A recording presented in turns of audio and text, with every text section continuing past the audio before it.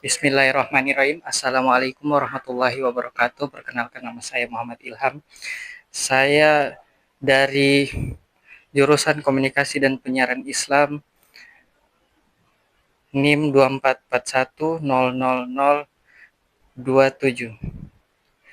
Kali ini saya akan mempresentasikan suatu makalah yang berjudul Akhlak kepada Allah dan Rasul.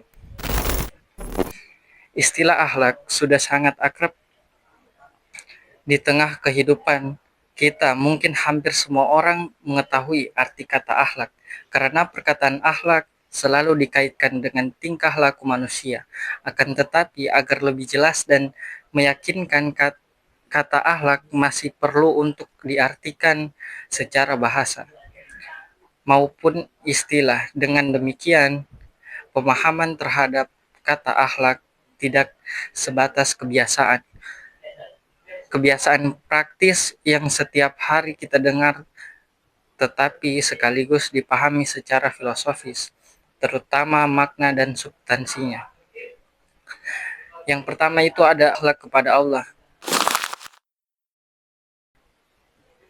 Dapat diartikan sebagai sikap atau perbuatan yang seharusnya dilakukan oleh manusia sebagai makhluk kepada Allah sebagai Sang Khalik.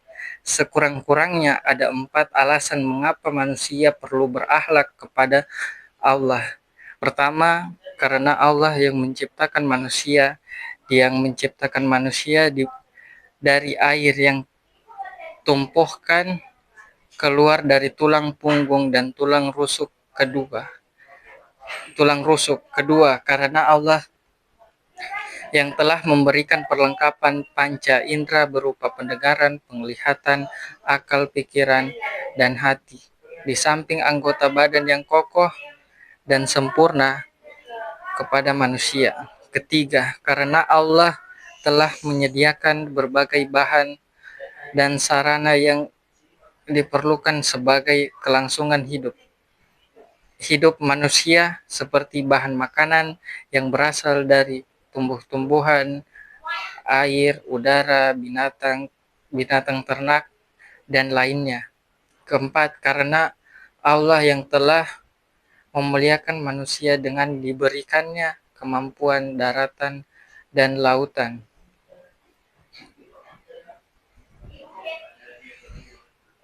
Dua, berakhlak terhadap Rasulullah.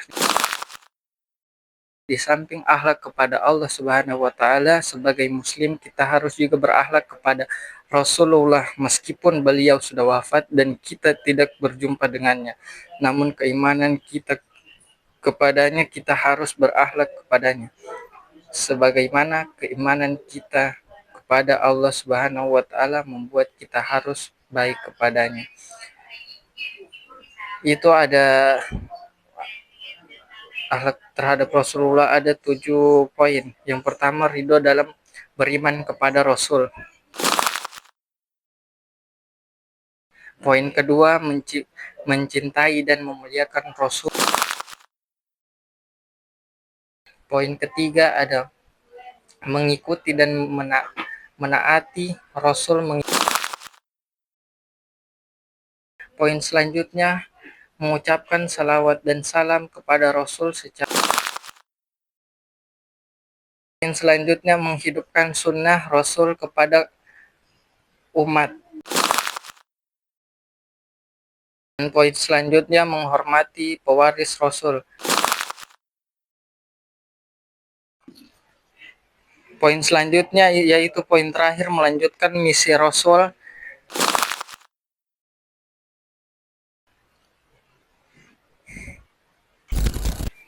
Kesimpulannya, dari penjelasan di atas dapat disimpulkan bahwa salah satu komponen utama agama Islam adalah akhlak. Suatu perbuatan baru dapat disebut sebagai cerminan akhlak jika dilakukan berulang-ulang, sehingga hampir menjadi suatu kebiasaan dan timbul dengan sendirinya tanpa pertimbangan yang lama dan dipikir-pikir terlebih dahulu. Sebagai konsekuensi dari keimanan Seorang mukmin haruslah selalu tunduk dan patuh kepada Allah dan Rasul-Nya. Bila Allah dan Rasul-Nya memutuskan sesuatu, tiada kata lain yang harus diucapkan seorang mukmin kecuali sami'na wa ata'na, kami dengar dan kami patuhi. Ucapan lisan tersebut haruslah dibuktikan dengan sikap dan amal perbuatan. Sekian dan terima kasih. Saya Muhammad Ilham pamit undur diri. Wassalamualaikum warahmatullahi wabarakatuh.